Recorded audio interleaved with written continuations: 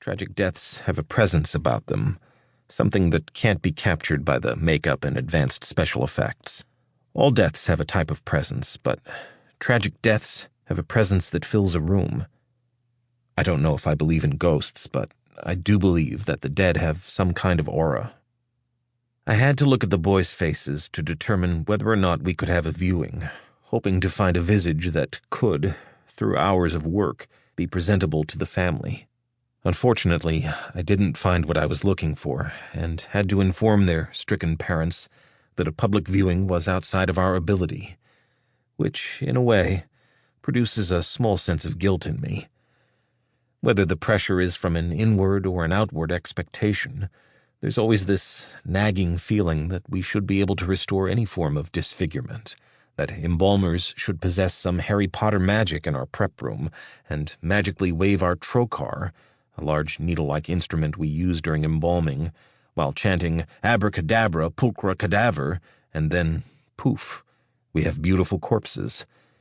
But there is no magic trocar, and there are no mystical chants. The family was broken in more ways than one. They were fighting about who would officiate the service. One part of the family wanted a non-religious service, while the other side wanted a Christian service.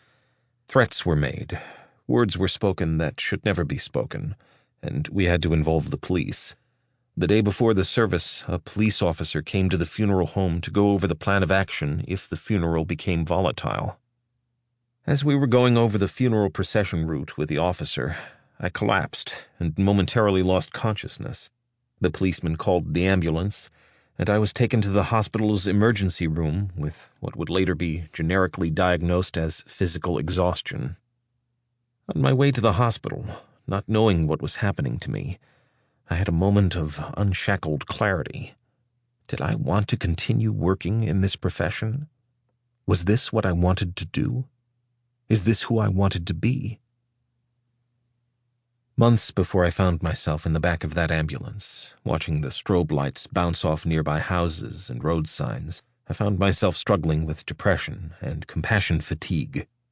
My doctor had prescribed me antidepressants to combat the day-to-day experience of depression, but there wasn't anything rejuvenating my burnout.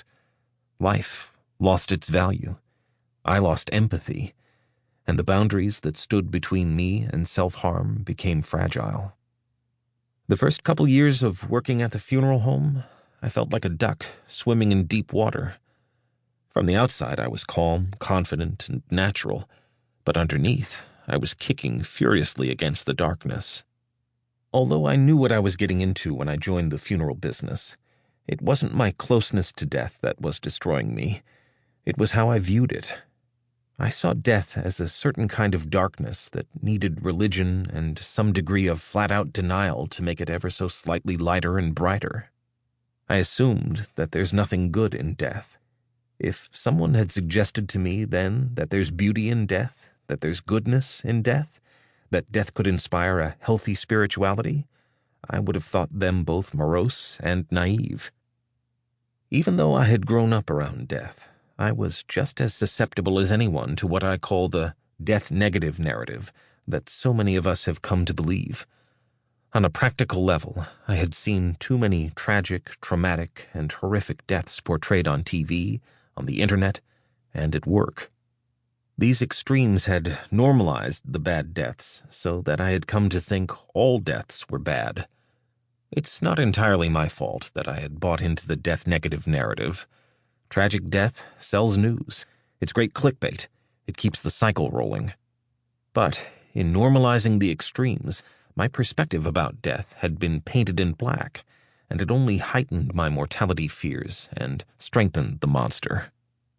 Besides the normalization of extremes via the media, the death-negative narrative is wired into our very biology. Humans are a most advanced death-defying machine. We have highly evolved systems to fight against the onslaught of death, foremost of which is a brain that sets us above all our competition.